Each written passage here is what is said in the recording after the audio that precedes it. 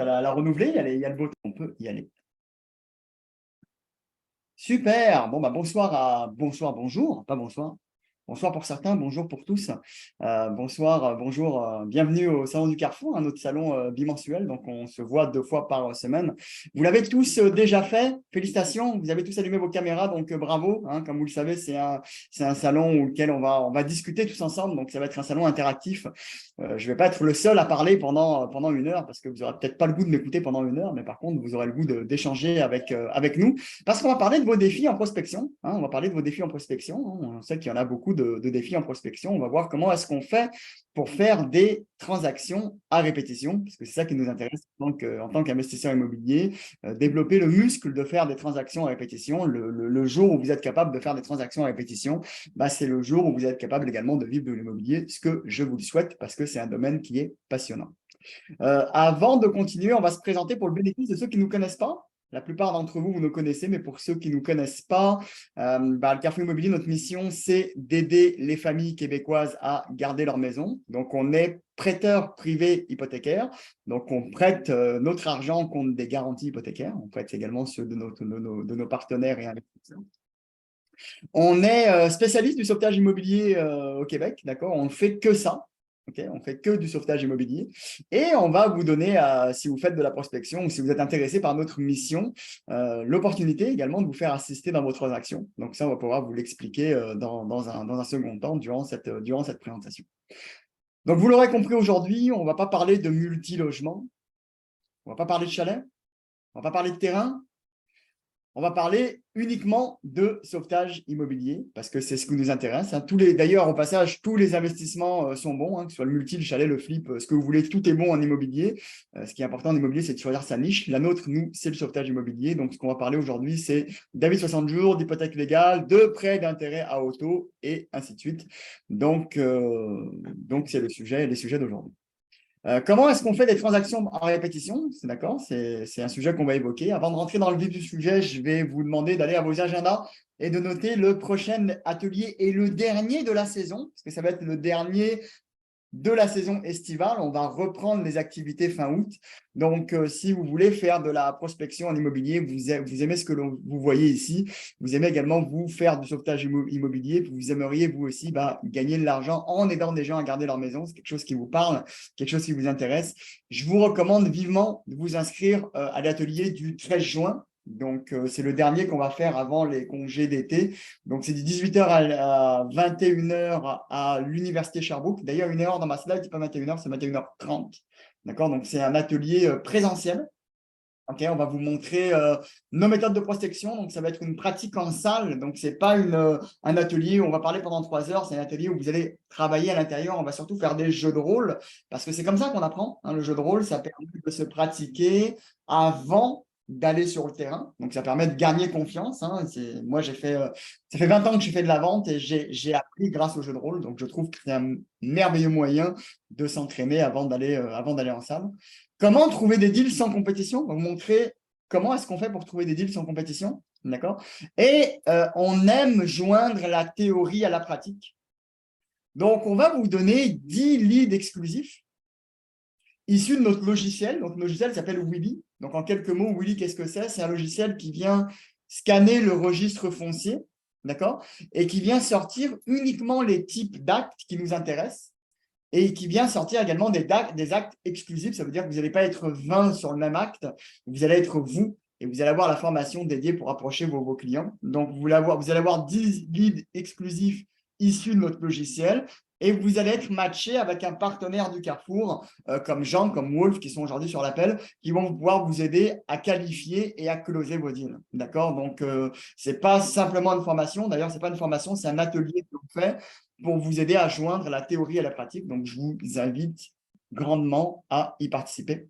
Donc, c'est des ateliers qui sont limités à 15 personnes. D'accord? On fait un tout petit prix de 359 $ pour donner la chance à n'importe qui, à tout le monde de participer. On veut donner la chance à tout le monde, mais on ne veut pas non plus n'importe qui. Donc, c'est pour ça qu'on fait une entrée payante, histoire que les personnes s'engagent s'engage à le faire parce que si on faisait ça gratuitement, on sait exactement comment ça se passe. Hein. C'est comme les événements gratuits d'aujourd'hui. Il y a plein de gens qui s'inscrivent, mais il y en a peu qui participent. Donc, nous, on veut que des participants engagés parce qu'on sait que lorsque vous vous engagez, c'est le premier pas vers la réussite. Okay. Une personne qui n'est pas engagée, qui veut essayer, mais en général, ce n'est pas comme ça que ça fonctionne.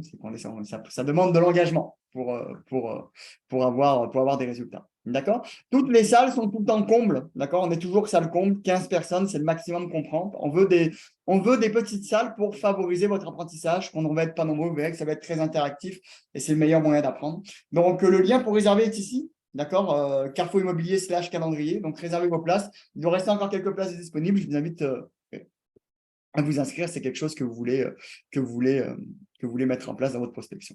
OK, donc comment faire des transactions à répétition? Eh bien, j'ai envie de vous entendre aujourd'hui. On va commencer dans la première partie et puis j'aimerais faire un petit tour de table avec vous. C'est quoi ton défi numéro 1 en prospection? Donc, lorsque tu fais de la prospection, quel est ton défi numéro 1? Donc, la parole est à vous dans cette première portion. Est-ce qu'il y en a un d'entre vous qui aimerait parler de son défi? Puis nous, on va vous donner des pistes pour trouver des solutions dans votre défi de prospecteur, pour répondre à vos questions. Ça ne me dérange pas d'y aller en premier, si vous Alors, voulez. vas-y, Alexandra, on t'écoute. Moi, j'ai une personnalité dans la vie, je fuis la chicane, Oui. qui n'est pas, comment je pourrais dire, ce que je pense ne mérite pas mon temps. C'est sûr que je ne vais pas m'acharner, je vais faire comme OK, je m'en vais.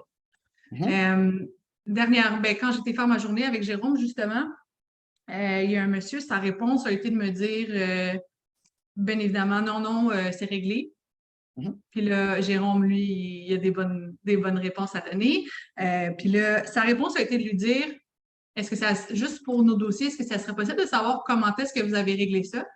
Puis le monsieur, clairement, quand que Jérôme lui a balancé ça, le monsieur, puis il a dit, ah, mais ma femme travaille à la banque, elle a réglé ça. À ce moment-là, je savais très bien qu'il disait que de la merde. Qu'est-ce que j'aurais pu faire? Parce que c'est le genre de situation où est-ce que quand les gens ils vont dans une explication, mais qu'on voit très bien que c'est faux, comment on peut contrer ça? C'est une très bonne question. Est-ce que ça vaut la peine rendu là dans le sens où si je me suis rendue à ce point-là loin avec la personne puis qu'elle refuse encore mon aide, est-ce que ça vaut la peine de le challenger encore? Alors, c'est un très bon point que tu apportes. Déjà, ce qu'il faut comprendre, c'est pourquoi la personne te lance une objection. D'accord? Il est évident que Alors, quelle était la situation préavis d'exercice? C'était quoi dans quelle situation était la personne? Je crois que c'était une hypothèque légale, mais comme de 100 quelques mille avec les impôts ou Donc, de une taxes hypothèque, foncières. Je ne m'en souviens pas, mais c'est une hypothèque légale. hypothèque légale du gouvernement. Oui, C'est ça dont on parle. oui. D'accord. Bon, il faut se mettre dans les bottes de la personne à dire que moi, j'ai reçu une hypothèque légale, je suis chez moi, il y a 2 personnes qui viennent taper à ma porte et qui disent qu'ils veulent m'aider. Il est possible que je peux avoir 2 réactions à ça. Je peux être enthousiaste de me faire aider et je peux avoir peur de me faire aider. Ah, clairement, il m'a, ben pas moi, là, mais il nous a scruté de la tête aux pieds, là, tu sais, genre le regard à côté dans le cadrage, là, il nous a scruté de la tête aux pieds de même. Là. Il Ah oui, n'était pas parce à qu'il l'aise. se dit, mais c'est qui ces gens? Qu'est-ce qu'ils me veulent? Est-ce que c'est des personnes bien intentionnées? Est-ce que c'est un huissier? Est-ce que c'est la police? Est-ce que c'est la mafia? Il peut se poser plein de questions dans sa tête. D'accord? Donc, il est normal qu'il soit dans un premier temps méfiant et il est normal que dans un premier temps, il va peut-être essayer de se débarrasser de toi parce que c'est pas qui tu es. En fait, oui. Puis sa première réponse a été bien évidemment de dire c'est réglé, c'est fait. Et là, Jérôme le contrebalancé à savoir comment. Simplement pour nos dossiers, de savoir comment est-ce que vous avez réussi à régler ça. Puis c'est là que le monsieur, tu vois, là, il patinait, puis il a fini que par sortir l'excuse ou la raison, ah, ma femme a travaillé à la banque, elle a réglé ça. Oui. Donc, Raphaël, ça fait partie des 2 objections qu'on traite durant l'atelier. ouais, Il y a les deux. Les deux sont pour se débarrasser de la personne qui est devant eux, ils ont peur, en fait. Là, ils se demandent, c'est qui vient m'arnaquer à la maison? Hein? Ouais. Bon, une hypothèque, déjà, une personne qui a une hypothèque légale du gouvernement, sa femme travaille à la banque, sa mère, son chien travaille à la banque, l'hypothèque légale du gouvernement, est-ce que même si ta femme travaille à la banque, est-ce qu'il peut faire quelque chose? Ben, tu vois, c'est pour ça, clairement que c'était un mensonge, là. Tu sais, je veux pas comme, comment je peux dire, je veux pas l'accuser sans avoir de fait, mais clairement, c'est un mensonge. Puis, à ce moment-là, tu le sais qu'il sait qu'il ment. On va-tu au bout de ça ou pas? Oui, ben oui, Évidemment. il t'a pas jeté de continuer la conversation avec toi, là. Il vous a pas mis à la porte, là. Non, mais il y avait comme une tension de Oui, c'est correct, ça. genre, ça voit, tu sais, voyons, comment je pourrais dire? Ça se voyait qu'on le savait qu'il mentait, là. C'était Mhm. obvious. Fait Et que, pourquoi pas lui non, dire, sans lui dire, écoute, t'es un menteur, parce que tu peux pas lui dire ça, ok? ben non, impossible. On manque de Impossible. respect à dire à la personne, mais par contre, on peut très bien dire, tu sais, par expérience, parce que par expérience, je le sais, d'accord? Tu n'es pas le premier que je viens voir, et j'en ai aidé plein dans ton cas à reprendre la situation de l'hypothèque légale du gouvernement. Je sais que la banque ne pourra rien faire. Je le sais, d'accord? C'est beau être ta femme ou qui tu veux qui travaille à l'intérieur, elle peut essayer si elle le souhaite. La banque ne prêtera jamais dans une hypothèque légale. Donc, partie de ce constat que la banque ne prêtera jamais, tu peux faire l'essai avec ta femme, mais très clairement, tu perds ton temps. C'est quoi ta solution à part ça? Comment est-ce que tu vas faire pour t'en sortir? Ouais. Là, tu le laisses répondre. Mais là, on met les pieds dans le plat et là, il va être en face d'une personne qui semble que il connaît son sujet. Oui, oui. J'arrive Est-ce pas que d'une boîte c'est à céréales. rassurant? Est-ce que c'est rassurant? Parce qu'on parlait de crainte tout à l'heure. Il t'a scruté de la tête aux pieds, donc il a peur. Il veut se débarrasser de toi. Mais est-ce que c'est plus rassurant quand je commence à parler à quelqu'un qui connaît son sujet? Oui, Et ouais, je me sens 100%. rassuré. D'accord? Donc tu dis, moi, je comprends. Et puis, moi, je mettrai les pieds dans le plat. Je comprends que tu ne me connais pas. Je comprends que je viens cogner à ta porte. D'accord? Je ne sais pas qui je suis. D'accord? Et que tu te méfies. Et c'est normal que tu te méfies. C'est normal. Tiens. Mais moi, ma mission, c'est d'aider les gens comme toi qui ont une hypothèque légale du gouvernement et je vais les aider à garder leur maison, d'accord, de sortir de cette situation. Jacques, il y a comme un écran qui est partagé là. Je ne sais pas ce qui se Ouais, passe. c'est de ma faute. Je suis Parfait. parti. Excellent. Donc, je comprends tout ça, mais moi, des personnes dans ton cas, j'en ai aidé plein. Donc, je connais exactement ce qu'il faut faire. Donc, tiens, si, admettons que tu vas demander à ta femme, elle ne peut pas t'aider, c'est quoi ta solution derrière? Comment est-ce que tu vas faire? Là, tu laisses répondre. Tu vas voir ce qu'il va te dire. Tu vois, c'est peut-être cette petite coche-là de plus qui me manque. D'être game, d'aller jusqu'au bout à ce point-là. À cause que ma personnalité fait comme, OK, ça fait 2, 3 fois qu'il me dit qu'il veut rien savoir, mais je suis comme, OK, d'accord, je pousserai pas. Mais est-ce que c'est normal, selon toi, De, d'être comme ça lorsqu'on débute? ben oui, C'est normal, parce que tu l'as pas parce fait que souvent. j'ai pas d'expérience. Mais plus tu vas le faire, plus tu vas devenir meilleur. Absolument, 100% d'accord. C'est comme Wolf qui est sur l'appel ici. Salut Wolf. Il y a quelques années en arrière, on disait qu'il faut demander le bureau de crédit, mais jamais ils vont nous donner le bureau de crédit, client. Hein, Wolf? C'est arrivé ça? Ouais, en effet. Et maintenant, un client qui n'a pas donné son bureau de crédit, c'est quoi que tu lui dis? Je lui dis, hein, comment ça se fait que tu me le donnes pas? Comment tu veux que je t'aide si tu me donnes pas ton bureau de C'est crédit? ça.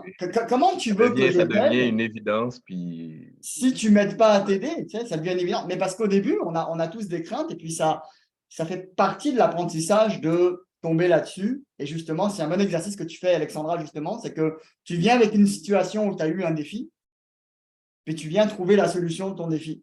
Donc, la deuxième fois que tu vas être confronté à ça, peut-être que ça va être une petite coche de plus, et puis encore une autre coche, et puis après, au bout d'un moment, tu vas devenir.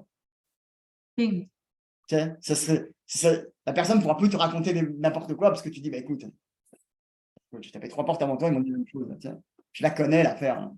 Tu auras l'aisance de dire aux gens que tu connais le truc et que tu peux vraiment t'aider. Tu dis, mon but à moi, c'est d'aider à garder la maison. D'accord? Ouais. Mais tu peux aussi enchaîner, tu sais ce qui se passe? Est-ce que tu sais ce qui se passe si on traîne trop avec une hypothèque légale du gouvernement? Est-ce que tu sais ce que tu risques? Est-ce que tu sais qu'il peut se passer? Et en général, les clients ne savent pas. Mais nous, on le sait. On a eu une cliente, il n'y a pas longtemps, là. On a eu deux, d'ailleurs. Exact. Wolf et puis avoir une autre, je ne sais pas qui. Là. Vous savez ce qui se passe quand on traîne trop avec une dette du gouvernement? Saisie. Ouais, je fais pire que ça. Je fais pire que ça. C'est pire. Ils vont saisir direct dans ton compte de banque. Ouais, mais pire que tout ça. OK, qui saisit la somme dans ton compte de banque. Mais mettons que tu n'as pas l'argent dans ton compte de banque. Tu Pas fais quoi? assez, c'est ça. Qu'est-ce qu'ils Tu n'as font? pas le 100 000 dans ton compte de banque, ils vont saisir, disons, le 2 000 qu'il y a, mais après, il reste 98 000. Qu'est-ce Ben, qu'ils font, à votre avis? D'après moi, il n'y aurait pas une affaire judiciaire qui pourrait embarquer là-dedans. Mais qu'est-ce qu'ils font? Ben, ils peuvent te mettre en prison, je pense, pour un certain temps. Là. Si tu veux trop de milliers de dollars, non? Il n'y Non. aurait pas quelque chose comme ça? Prison, je n'ai jamais vu. Mais qu'est-ce qu'il peut faire qui peut être pire qu'il te saisisse ces 2 000 $ sur ton compte? Comme possession de ta maison. On ne se rend pas tout de suite là. Ils ne saisissent Non. pas de maison, le gouvernement. Qu'est-ce qu'ils peuvent faire, à votre avis? Ils gèlent ton compte de banque. Exactement. Ils gèlent ton compte de banque. Qu'est-ce qui se passerait si demain, votre compte de banque est gelé? Ben, t'es fini. Est-ce que c'est grave si votre compte de banque est gelé? Oui. Ouais. Ça craint? Moi, vendredi, j'ai une bouteille de vin à aller m'acheter. Il ne faut pas que ça gèle. Ah. Ah, mais tu comprends le cheminement, Oui, Alexandre? oui, non, tout à fait. Des questions que tu C'est poses à grave. ton client, tu dis, c'est ça qui peut arriver. Est-ce que c'est grave si demain le gouvernement gèle votre compte? Pour moi, non, parce que j'ai un bon safe. Il faut juste que je mette assez de cash dedans. Là. T'as un bon Non, safe mais sur ta still, main? c'est que il y a pas, tu sais, j'ai fait une joke avec ma bouteille de vin, mais il n'y a plus de transactions faisables. Là. Tu peux pas aller mettre de l'essence, faut que tu prennes ton safe et que tu le traînes avec toi pour tout ce que tu veux faire. Mais, À moins que tu as un paquet d'argent sous ton matelas ça. en C'est ça. cash. Mais si Ce qui n'est t'as pas le cas des gens habituellement. Mais même à là, si je peux prendre la balle au bon, moi, ma cliente, et puis j'imagine qu'on est pas mal tous là-dedans, maintenant, tout se fait automatique. Il y a des virements automatiques. Fait que là, tu tombes en Yes. défaut partout, là. Partout, tu es en Oh défaut. yes! Ta banque, ta carte de crédit, ta banque, ton assurance. Fait que là, oublie ça, le client, il était. Ça l'explose. Mais en fait, c'est la grosse merde là, quand oui. ça arrive. Ça- là. Ouais. Mais c'est la merde totale. Puis le temps de régler ça, là, la catastrophe va avoir eu lieu. Là. Le tsunami va être passé. Il va y avoir des paiements de voitures en retard, paiements hypothécaires en retard, carte de crédit en retard. Tout va être en retard. Imaginez-vous, tu t'en vas à la banque avec ton hypothèque légale déjà, t'es retiré au bâton. Là. Mais en plus, tu as des retards partout, tu es fini. Tu es vraiment fini. Est-ce que la question, c'est si ça arrivait, ça, c'est quoi ta solution? Comment tu vas t'en sortir de ça? Est-ce que tu préfères attendre là ou régler le problème maintenant? C'est ça la question qu'il faut lui demander. Là, il faut mettre un état d'urgence sur la situation. Ouais. Là, il n'y a pas d'urgence. Sa femme s'en occupe. Tout est beau. Il ne sait pas ce qui se passe, mais s'il savait ce qui se passe, ben, peut-être qu'il va en poser des questions à sa femme. Là. Je comprends. Parce que le gouvernement ne te prévient pas. Hein. Il ne va pas dire, au fait, si tu ne te bouges pas, je vais le saisir. Et il jette ton compte, terminé. Et arrange-toi avec ça. Et pour que tu dégèles, il faut que tu payes la dette au complet. Bonne On chance. a eu le cas, on est client qu'on a fait il n'y a pas longtemps. On a payé la dette au complet. Tu sais ce qui s'est passé? Le chèque s'est perdu chez Revenu Québec. Impossible. Donc, il faut attendre qu'ils retrouvent. Tant qu'ils ne retrouvent pas et ne déjèlent pas le compte, ce n'est pas leur problème à eux. Oh my God. Le notaire a fait un chèque. Il l'a envoyé à Revenu Québec. Ils l'ont perdu. Bon, là, ils l'ont retrouvé et ils ont dégelé le compte. Mais tu comprends ce que je veux dire? Il peut se passer plein de choses. Et eux, Revenu Québec, ils ne sont pas pressés, eux. Non, jamais. Genre, toi, par contre, tu as ton compte gelé, arrange-toi. Et tant que moi, je n'ai pas trouvé le chèque ou tu ne m'as pas payé, on va prendre notre temps. Ça a pris 8 jours pour qu'ils retrouvent le chèque. Si, quoi. Et il s'en passe des choses en 8 jours, de nos jours. Découragé le Québec. Excusez. Non, mais c'est des choses qui arrivent. Il faut juste en avoir conscience et le comprendre. Parce que du moment où vous le comprenez, vous êtes capable de l'expliquer, et là, les gens, c'est plus la même game. Là, tiens. Aujourd'hui, il ne se passe rien, il n'y a pas d'urgence, ton compte n'est pas gelé. Mais si demain ça arrive, c'est la merde. D'accord? Et m'appelle pas pour agir en urgence, parce que je ne pourrais pas agir en urgence là. Par contre, aujourd'hui, que ce n'est pas encore la merde, il vaut mieux agir maintenant. Parce que quand tu vas être dans la merde, je vais te dire, écoute, il y a 3 semaines avant de passer chez le notaire, tu vas devoir attendre les 3 semaines. Là. Et j'espère que tu cultives tes tomates et ta salade dans ton jardin, parce que pendant 3 semaines, il va falloir que tu bouffes. Et si ton compte est gelé, tu ne pourras pas bouffer. Non. Ouais, mais c'est vraiment ça ce qui se passe, hein? D'accord? Ah, tout à fait. La dame qui était dans cette situation, il y avait c'est quoi, son frère ou autre, je sais plus, qui lui a prêté de l'argent, les enfants. Écoute, c'est un bordel de fou, là. Heureusement qu'elle avait des gens autour d'elle, là. Sinon, qu'est-ce que tu fais? Bah, tu sais, ton compte est gelé, c'est terminé, hein. Ouais. Donc, une hypothèque légale du gouvernement, c'est grave. D'accord? Mais comme il n'y a pas d'urgence, comme l'a dit Jacques tantôt, bah, des fois, les gens ils traînent un petit peu. Ils disent, ouais, mais ma femme s'en occupe. Ouais, ouais, elle s'en occupe.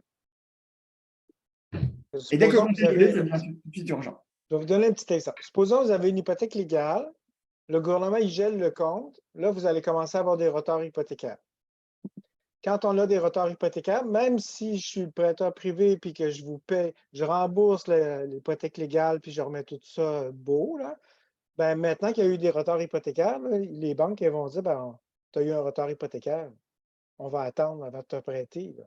Fait que là, tu vas avoir une douzaine de mois de plus avec un prêteur privé à auto. C'est pas ça que tu veux. Là. Tu veux juste régler l'hypothèque légale, puis de tout de suite de repasser à la banque. C'est ça qu'ils veulent les gens. Que si monsieur, entre-temps, là, sa voiture elle casse ou elle se brise, il ne sera même pas capable de la remplacer. Là, parce qu'il n'y en aura plus de financement à la banque. Là.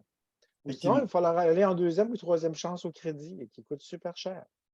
Fait que d'ignorer tout ça, de retarder tout ça, ce qui va être inévitablement à payer, ben, ça coûte très cher. Donc, pour résumer ce qu'on a dit, Alexandra, ce qui est important, c'est de remettre le client dans le niveau d'urgence, d'accord? Lui dire, je comprends que vous laissez avec votre femme, mais par expérience, votre femme ne pourra rien faire même si elle travaille à la banque, parce qu'il n'y a pas de banque qui va vous prêter avec une hypothèque légale, d'accord? Partie de ce constat, c'est quoi vos solutions? Et là, tu te laisses répondre. Savez-vous ce qui se passe quand on traîne trop avec une hypothèque légale? Et là, tu te laisses répondre. Il va te dire non.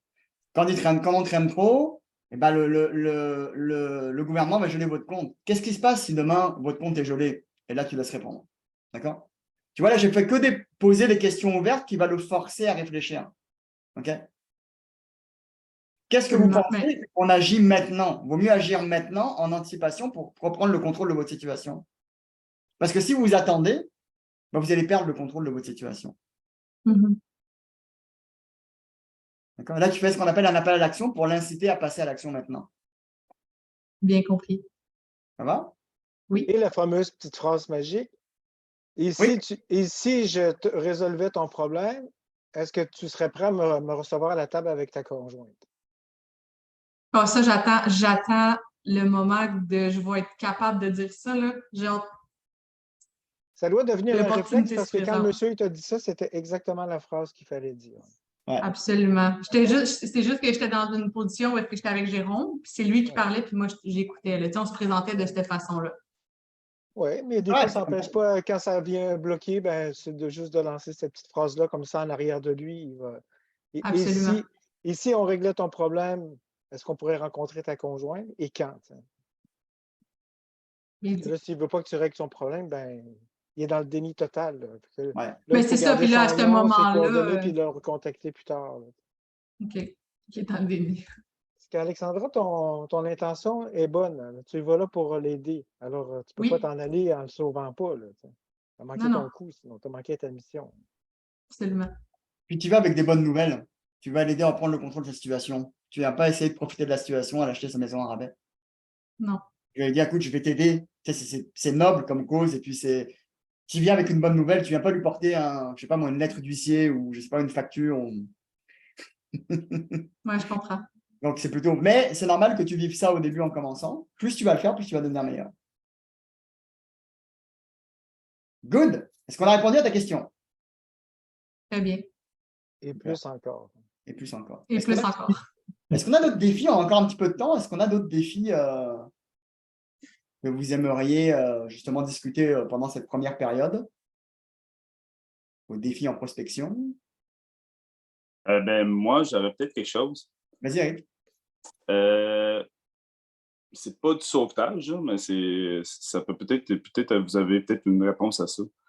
Moi, j'ai appelé un courtier pour un immeuble à Shawinigan. OK? C'est un centre pour personnes âgées. La dame qui vend ça, elle veut le vendre rapidement. Parce qu'elle ne veut plus s'en occuper, mais elle veut changer ça pour des maisons pour les travailleurs au lieu de centre personnes âgées. En fait, elle veut le transformer de centre personnes âgées en maison de chambre. Ouais, exactement. Puis je me demande si c'est un truc qui est assez complexe à faire ou pas.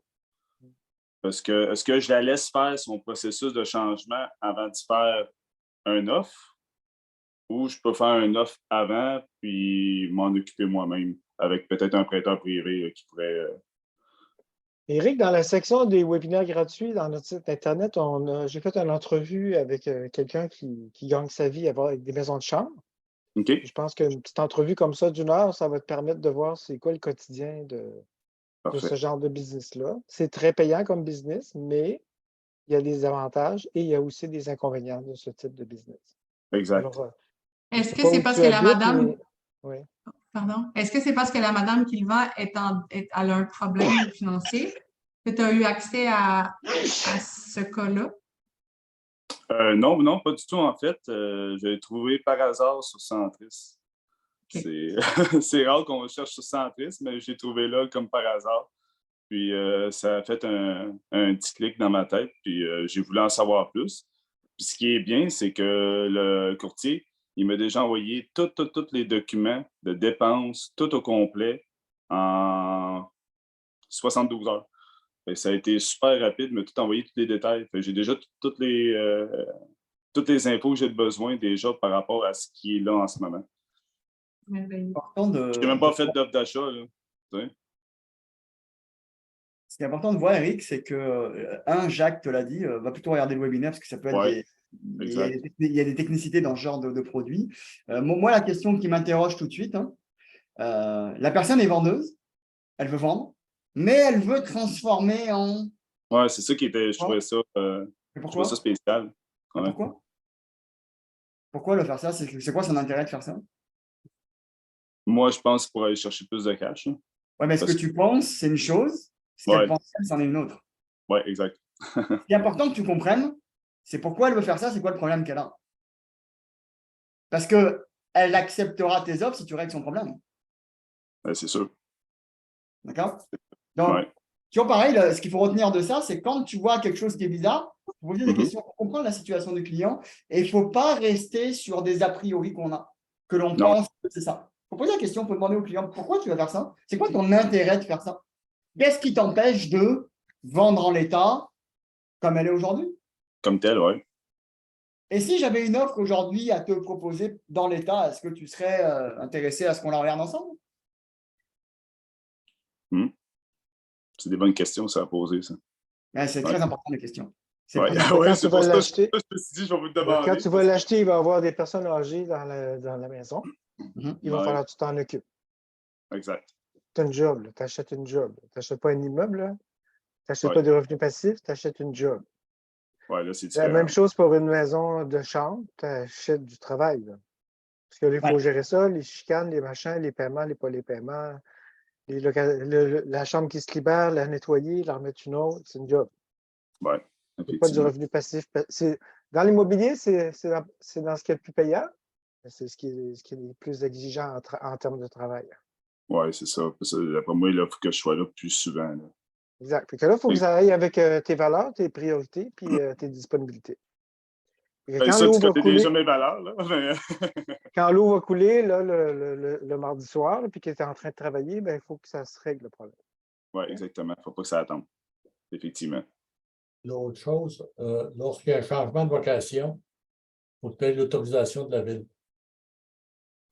Et eux autres, ben, je ne sais pas Shawinigan, là, mais moi, j'ai déjà eu des villes qui sont assez pointilleuses lorsqu'il y a un changement de vocation. Parfait. L'autre conseil que je pourrais te donner, c'est de ne pas travailler avec le courtier de la vendeuse, mais de OK. travailler avec ton courtier qui connaît ça. OK. Parfait. Pas le courtier de résidentiel qui ne connaît pas ça. Excellent. D'ailleurs, il sera peut-être intéressant d'expliquer pourquoi. Pourquoi, Jacques? C'est intéressant de faire ça, de travailler Parce avec que ton c'est courtier et compliqué, pas le courtier du parce vendeur. que c'est du commercial, puis parce que ça va être une autre façon de traiter cette transaction-là et surtout d'obtenir du financement. Ça va tout être un défi. Peut-être que tu auras 50 de financement. Ouais, c'est ça. Je complémenterai aussi en disant que le courtier du vendeur, c'est quoi sa mission à lui? C'est de défendre les intérêts du Vendeur. vendeur. Le Toujours. courtier de l'acheteur, c'est de défendre les intérêts de… Là, ça. Bon. C'est Donc, logique. moi, je suis acheteur, je veux travailler avec mon courtier. OK. Parfait. C'est important. Oui, c'est ça, là. Excellent. Que tu aies confiance puis qu'il y ait l'expérience pour le faire. Il n'y en a pas des tonnes. OK? Non. Ça va te prendre un bon courtier hypothécaire aussi, là, qui va être bon en commercial. C'est beaucoup d'argent investi, je vous le dis tout de suite. Oui, C'est exactement. payant. Ouais. C'est payant. Mais ça dépend de ce qu'on veut dans la vie. C'est ça. Exactement. Exact. Merci beaucoup, Jacques. Moi, Allez, je sais que Alexandra, j'en tu veux, moi, je voulais, sais que j'en veux pas, là. Ça, c'est clair. Mais bon. Alexandra, tu avais Ma levé la main? question, elle a été répondue juste après. Ah, bah, formidable. Super. Bon, bah, j'espère qu'on a répondu aux questions. On arrive à la moitié du temps. On va passer à la deuxième phase. Dans la deuxième partie de nos rencontres, on vous raconte des histoires à succès. Hein. Des histoires à succès, c'est un bon mindset avec une bonne équipe. Bah, ça donne d'excellents résultats. D'ailleurs, au passage, suite aux ateliers qu'on a fait, on a plusieurs transactions en cours avec des personnes qui ont joint les derniers ateliers. Donc, bravo s'il y en a qui sont ici. Oui, il y en a qui sont ici. Donc, bravo à vous. Donc, aujourd'hui, la deuxième partie est un petit peu différente d'habitude. C'est l'importance de travailler en équipe. D'accord? Alors, avant de vous dévoiler un peu de contenu là-dessus, j'aimerais vous entendre aussi, à votre avis, pourquoi c'est important de travailler en équipe? J'ai Ouais, le parce meilleur que- exemple possible. Ah, vas-y, Alexandra. C'est le meilleur exemple Quand possible. que ça a été Jérôme qui cognait aux portes, Jérôme, il est très froid et professionnellement, comment je pourrais dire, il est droit. Quand c'est, je ne sais pas si c'est un addon, mais quand c'est lui qui répond, bien évidemment que la réponse physique et verbale est froide et directe. Quand c'est moi, j'ai une énergie de petite maman, fait que les gens me reçoivent mieux. Donc, les forces et les faiblesses des deux combinés font le succès. Exactement. C'est un très bon point. Donc, partager les forces. Oui, Également, tu bénéficies, ce que tu viens de dire, si je traduis un peu, partage d'expérience également. oui, Il y a des oui, choses qu'il a été capable de faire que toi, tu n'es peut-être pas encore capable de faire. exact. C'est exactement ça. D'accord. Est-ce qu'il y a d'autres choses qui sont importantes lorsqu'on travaille en équipe? Est-ce qu'il y en a qui aimeraient ajouter par rapport à ce qu'on a dit? Pourquoi c'est important de travailler en équipe?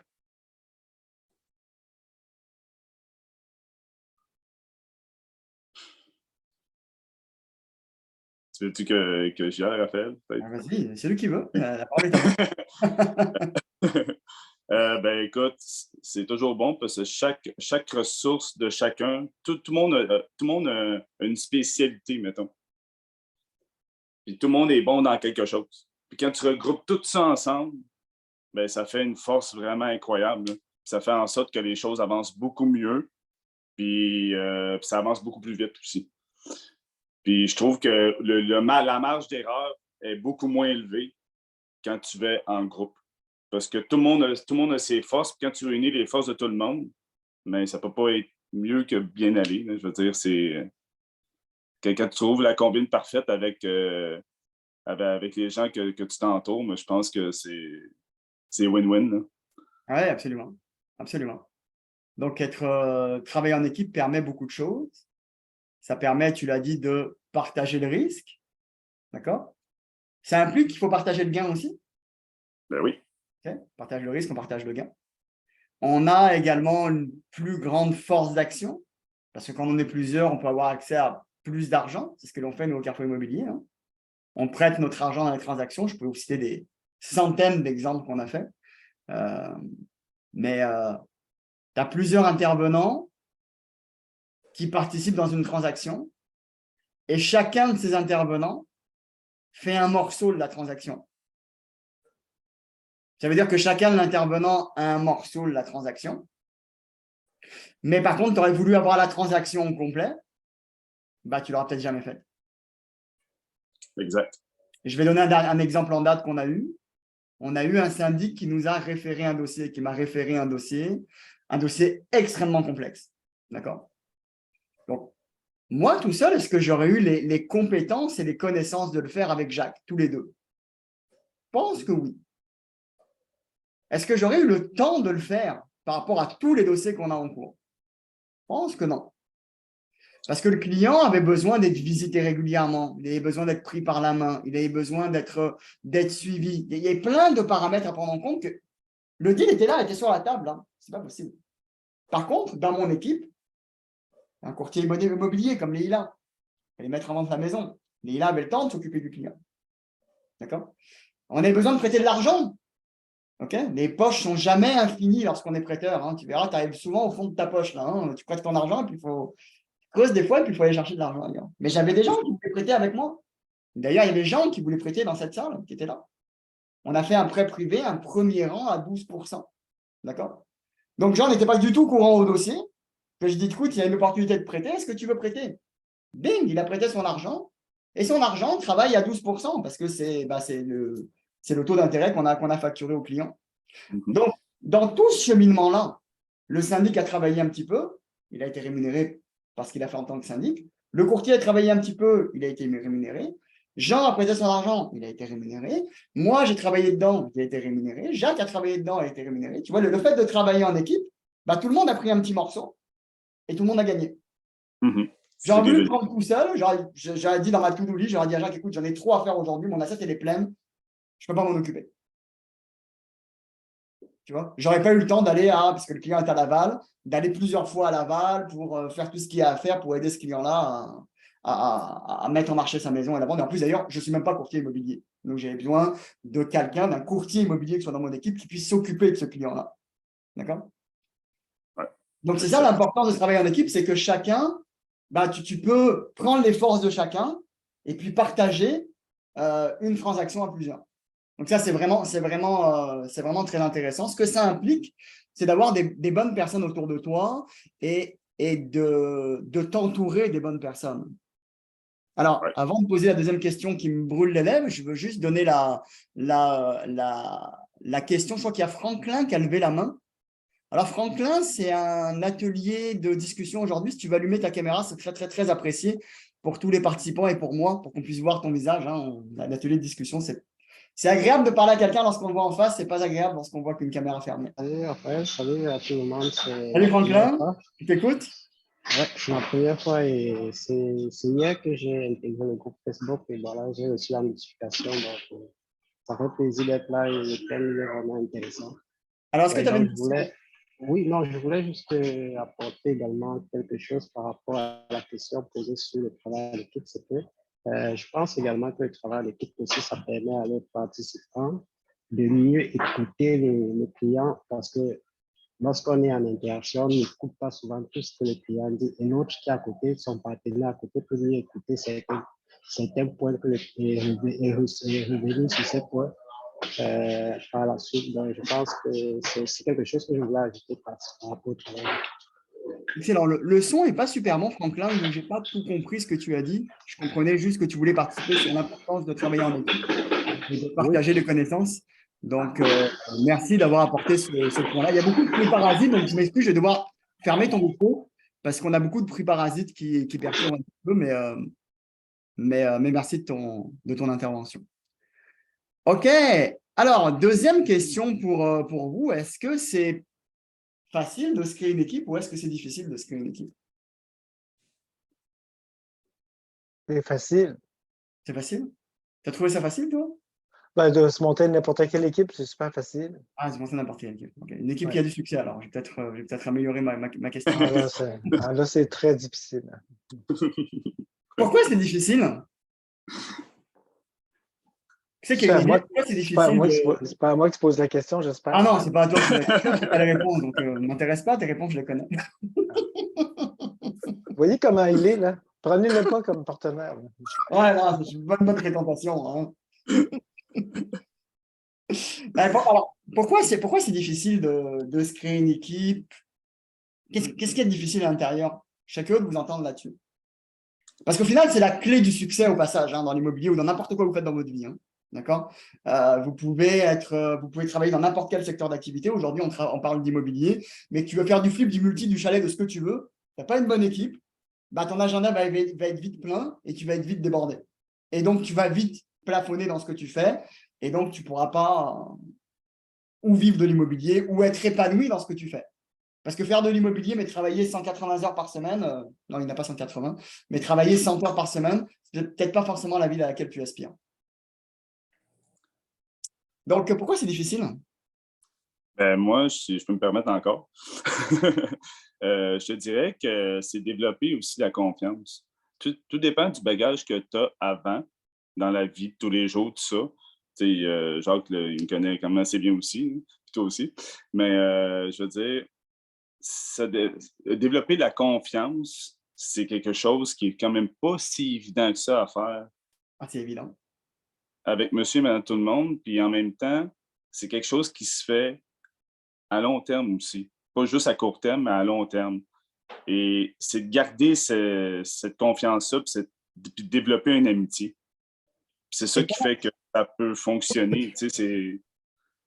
Effectivement, c'est un bon point, c'est que tu vas aimer faire affaire avec des gens avec qui tu as du fun.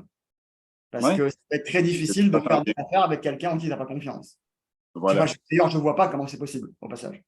Surtout si demain tu prêtes ton argent, voilà. En plus, si tu n'as pas confiance en la personne, voilà, ça va être encore plus compliqué. Mais dans l'investissement immobilier, effectivement, il y a une notion de prêt d'argent, il y a une notion d'emprunt, il y a une notion d'assumation des risques. Et effectivement, si tu travailles avec des gens en qui tu n'as pas confiance, ben là, ça va être très compliqué. Exact. Alors, à partir de ce constat, comment est-ce qu'on fait pour avoir confiance? C'est difficile de faire confiance aux gens. Ben, Moi, j'aimerais pardon. Vas-y, Alexandre. J'aimerais dire aussi que c'est important de choisir les gens en considérant leur qualité professionnelle, dans le sens où si je veux prospérer, je vais peut-être pas aller me mettre en équipe avec quelqu'un qui est au même niveau que moi. Oui, très bon point. Donc, il faut que la personne soit complémentaire. Exact. Parce que si la personne est, je ne sais pas, moi, si je suis quelqu'un de très timide et j'ai peur d'aller cogner aux portes et je m'associe avec quelqu'un qui est très timide et qui a peur d'aller cogner aux portes, eh ben, on va tous les deux avoir peur et puis on ne va jamais aller cogner aux portes. Donc, c'est ça qui va se passer. Ça, c'est un bon point. Est-ce que c'est le seul point? Si je peux me permettre, Oui, vas-y. C'est Giscard ou c'est Moïse, ton nom? C'est juste Giscard. Ben, Giscard. moi, je pense que rendu, il y a un certain niveau d'expérience qu'on acquiert au cours d'une vie, qu'à un moment donné, il faut juste connecter les objectifs de finale avec ce qu'on a besoin au départ. Quand tu réussis à boucler ça, je pense que c'est là que tu peux avoir du succès vraiment parce que quand tu n'es pas in sync, si on peut dire le mot, ben, on est toujours à la recherche de quelque chose pour améliorer, mais en réalité, c'est juste ça. Il faut être capable de boucler la boucle, puis après ça, ça roule. Comme on dit, ça fait boule de neige, ça grossit. Moi, je pense que c'est plus ça qui est important que en fait, le respect de tout ça. Mais en termes de faire confiance, ben c'est ça. Le faire confiance, c'est faire confiance en qu'est-ce qu'on veut atteindre comme objectif, puis avec qui on veut travailler. C'est ça qu'il faut mettre en confiance. Puis après ça, la confiance, ça aussi, c'est quelque chose qui est facile à perdre, mais on la bâtit. Donc, c'est ça qui est important aussi au niveau de la confiance, c'est de la bâtir. Puis en ayant du succès, ben forcément, on bâtit notre confiance. Donc, je pense que c'est vraiment un cycle qu'il faut boucler pour être capable de vraiment progresser. Ouais, donc on a parlé de la confiance, on a parlé de la compétence, on a parlé des objectifs, d'accord? Avoir des objectifs communs aussi, c'est important. Merci Giscard pour ton partage. Qu'est-ce qu'il y a d'autre qui est très important à regarder? Ça commence par un V. Les valeurs. Ouais. Pourquoi c'est important de regarder les valeurs? Mais parce que clairement, que si on n'a pas les mêmes, ça ne va pas toffer, puis je ne vais pas me perdre pas perdre, mais je ne vais pas dépenser du temps si tu ne veux pas qu'on fasse la même chose dans la même direction. C'est quoi le risque de ne pas avoir les mêmes valeurs? De ne pas s'entendre. Ben, ça revient encore, si je peux me permettre, ça revient encore à ça. On peut travailler avec quelqu'un qui n'a pas les mêmes valeurs si on travaille dans le respect de ces valeurs qui sont différentes. Des fois, ça marche, ça va arriver aussi que justement, étant donné que les valeurs sont différentes, on ne peut pas travailler ensemble. Mais si on respecte les valeurs qui sont différentes, mais on peut faire ça fonctionner parce qu'on faut séparer les affaires, la business, les amis. Il faut prendre chaque chose à son niveau pour pouvoir progresser. Sinon, on se met toujours des barrières à tout, là, sinon. Mais Giscard, c'est quoi une valeur pour toi? Hein? Ça m'intrigue beaucoup. C'est pas important de ne pas avoir les mêmes, mais c'est quoi une valeur? Mettons, je prends l'honnêteté. Une valeur, Valeur, hein? ça fait partie du code de vie. C'est quelque chose qui nous permet d'avancer dans la vie par rapport à ce qu'on on reçoit de la vie, qu'est-ce qu'on en donne. Donc, les Comme valeurs, c'est personnel l'honnêteté, à la chacun. Ça peut, générosité. Est-ce que l'honnêteté, la générosité, ça en est? bien sûr, mais ça fait partie des valeurs de base, ça. Je veux dire, si déjà en partant, tu vois que la personne n'a pas ces valeurs-là, je vois même pas pourquoi tu irais en affaire. Donc, ça, c'est des valeurs de base. Ça, c'est commun à tout le monde. Il y en a beaucoup de valeurs. Donc, il faut les établir puis voir avec qui on veut travailler. Mais ça ne veut pas nécessairement dire que quelqu'un qui met pas de la valeur sur certaines choses, forcément, tu ne vas pas travailler avec. Ça va dépendre de tes objectifs, puis au départ, de qu'est-ce que tu veux. Donc, c'est un peu, tu sais, c'est pas facile de juste faire une coupure sur je veux pas ci, je veux pas ça, parce qu'on se met des barrières. Il faut juste continuer à grossir avec toutes les expériences qu'on a, bonnes et pas bonnes. C'est sûr qu'on ne veut pas perdre son argent, on ne veut pas aussi se rendre à un point que c'est malsain et c'est toxique, mais il faut prendre des risques. C'est là que vient la notion de risque dans tout ça, là, parce qu'à un moment donné, il faut que tu sautes à l'eau. Tu as bien beau tremper tes orteils, mais il faut que tu sautes à l'eau. Donc, je ne sais pas si c'est ça l'objectif, mais je pense un peu quand tu fais la prospection, il y a beaucoup de choses à faire qui sont un petit peu, qui demandent beaucoup de guts. Donc, c'est un peu, si on veut bâtir une équipe et avoir du succès, ben, ça prend un mélange de tout ça, puis être capable de gérer tout ça surtout. OK. Moi, je pense que les valeurs, il peut y avoir des valeurs qui fonctionnent et des valeurs qui sont disqualificatoires. Hein. Excusez-moi du terme. C'est que je préfère m'associer avec quelqu'un où je suis sûr qu'il a les mêmes valeurs que moi, que prendre le risque de m'associer avec quelqu'un où il y a des valeurs qui sont complètement opposées aux miennes. Parce qu'il va pouvoir jouer le jeu pendant quelques semaines, quelques mois, quelques années, mais le jour où ça va prendre le dessus, peut-être que les dégâts que ça va faire vont être beaucoup plus importants. Donc, je pense qu'identifier les bonnes valeurs dès le départ, à mon avis, c'est mon avis à moi, peut-être que vous pouvez avoir des avis différents, et puis c'est correct. Je pense que c'est le plus important. Oui, mais disons, on pourrait peut-être discuter. Raphaël et moi, on est en affaires ensemble depuis quand même un an et demi, je pense. Hein. Peut-être, puis on s'est connus bien avant ça. Hein. Mais on a commencé à faire des affaires ensemble, mais sans se marier. Là, on a commencé à faire des premières choses ensemble pour voir si on s'entendait.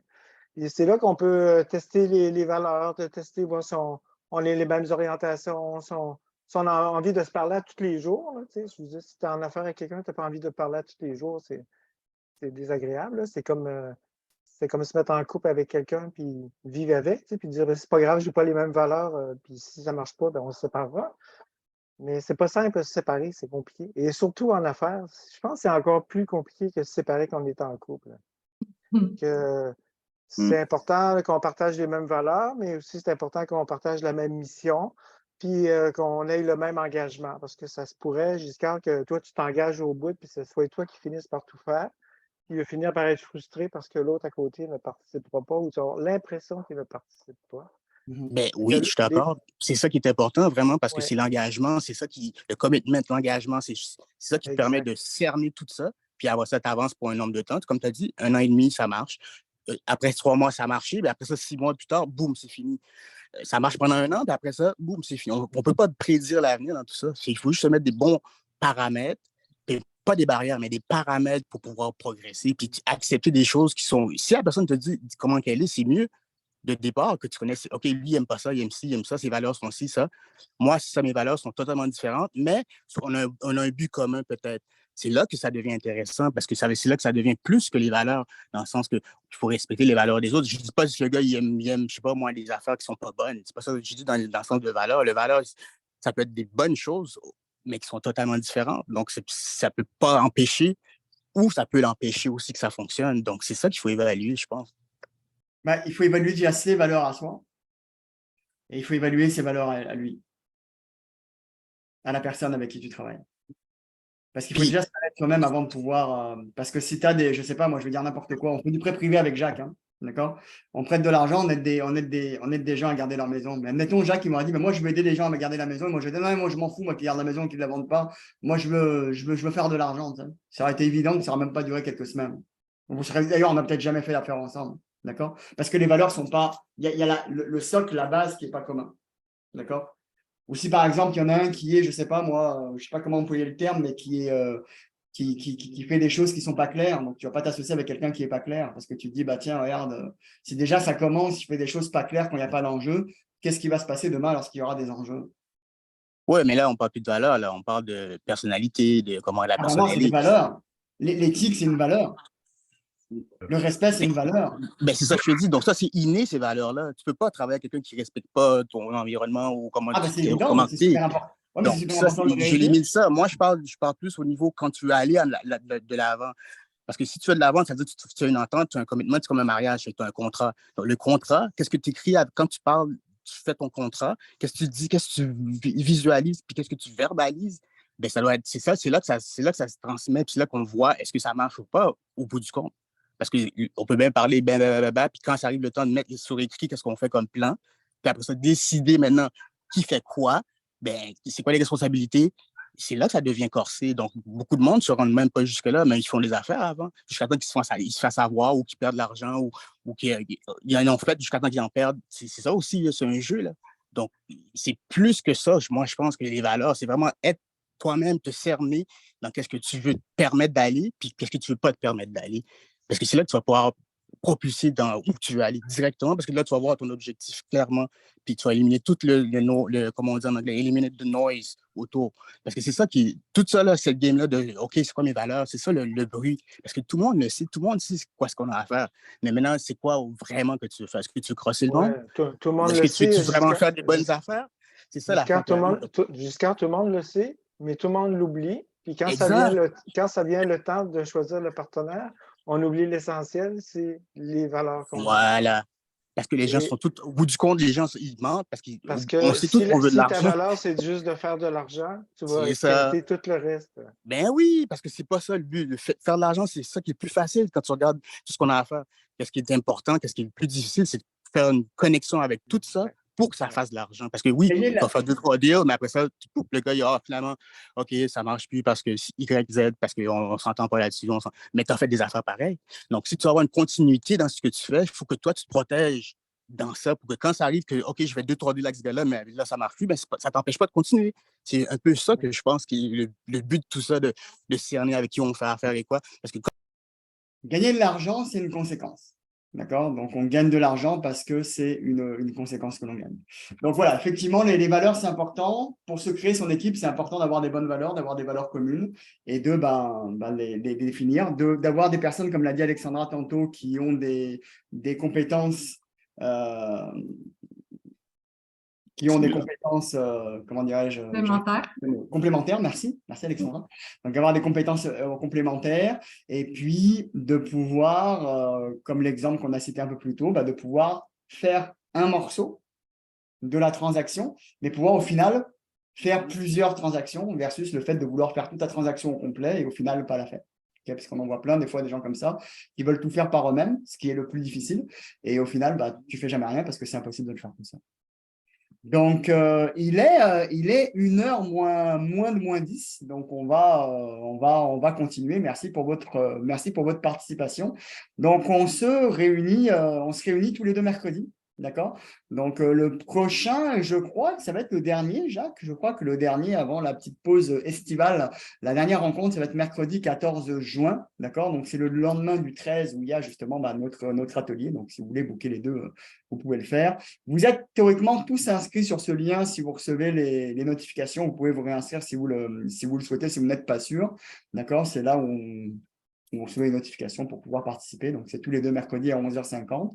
On fait une petite rencontre pour parler de vos défis tous ensemble. Je vous rappelle la dernière date avant les congés pour l'atelier, c'est le 13 juin 2023 de 18h à 21h30. Il y a une heure sur ma slide.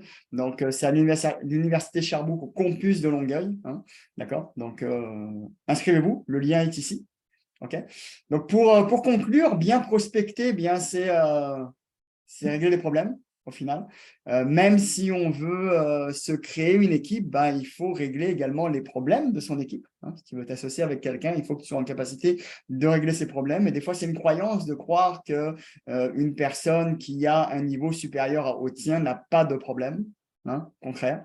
Des fois, ils ont plein de problèmes et ils sont très, très intéressés. En tout cas, nous, on est très intéressés de trouver des collaborateurs dans le but de se dupliquer. D'accord? Nous, avec Jacques, on a créé l'équipe au Carrefour. C'est pour se dupliquer. D'accord? Parce que les affaires, on sait les faire, nous, tous les deux. OK? Mais on s'est dit que si on est capable de se dupliquer et qu'on est capable de trouver des prospecteurs qui sont concernés par notre mission et qui ont envie de développer des relations sur du long terme, eh bien, on va être très intéressé d'investir du temps avec eux pour les aider aussi à réussir. D'accord? Donc, c'est très important de régler les problèmes de votre client, si on peut l'appeler ainsi, ou de votre partenaire, si le but est de vous associer avec quelqu'un. Donc, je conclurai avec une citation de mon invention. Hein. Je dis choisis pas tes activités en immobilier, et je pense que c'est dans tout dans la vie, mais aujourd'hui, on parle d'immobilier, par rapport à l'argent que tu vas gagner. Choisis tes activités par rapport à l'impact que tu vas avoir sur la vie des gens. Parce que si tu as de l'impact sur la vie des gens, eh bien, tu vas gagner de l'argent. Donc, j'espère que vous avez apprécié votre rencontre d'aujourd'hui. Je vous souhaite à toutes et à tous une bonne semaine. Puis j'ai hâte de vous voir. Oui. Merci beaucoup. Bonne semaine.